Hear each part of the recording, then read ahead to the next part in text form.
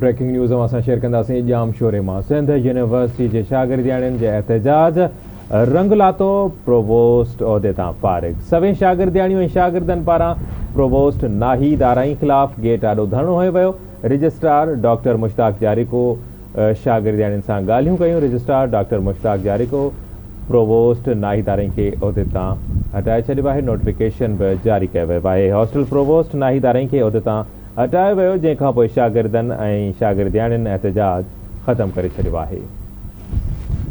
हिकु भेरो ॿीहर ब्रेकिंग न्यूज़ असां शेयर कंदासीं। जाम शोरे मां सिंध यूनिवर्सिटी जे शागिर्दियाणियुनि ऐं शागिर्दनि जे एहतजाज रंग लातो।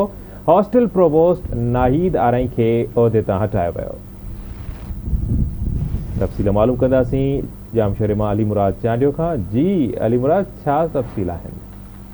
जी बिल्कुलु अलीराज, सिंध यूनिवर्सिटी शागिर्दनि जे एहतजाज रंग लातो आहे। सिंध यूनिवर्सिटी इंतिज़ामिया तकरारी हॉस्टल प्रोवोस्ट खे हटाए छॾियो आहे, जंहिंखां पोइ सिंध यूनिवर्सिटी मारी गर्ल्स हॉस्टल में रहंदड़ सभई शागिर्दनि पारां हॉस्टल प्रोवोस्ट ख़िलाफ़ हयल धरणो ख़तमु थी वियो आहे। मां ॿुधाईंदो वञा त सिंध यूनिवर्सिटी इंतिज़ामिया मारी गर्ल्स हॉस्टल जी प्रोवोस्ट नाहिद आराई खे हटाइण जो नोटिफिकेशन जारी करे छॾियो आहे, जेको रजिस्ट्रार डॉक्टर मुश्ताक जारिको सही सां जारी कयो आहे। अहिड़े नोटिफिकेशन जारी थियण खां पोइ शागिर्दनि जो 2.5 कलाकनि खां हल धरणो ख़तमु थी वियो आहे।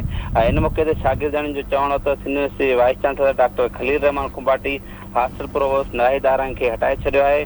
वीसी मारी गर्ल्स हॉस्टल जा मसइला तुर्त हल कराइण जी ख़ातिरी पिणु कराई आहे। जेकॾहिं मसइला हल न कया विया त ॿीहर हिन क़िस्म जो धरणो हयो वेंदो। जी वॾी महिरबानी अली मुराद, इन वारे सां अपडेट करण जे लाइ।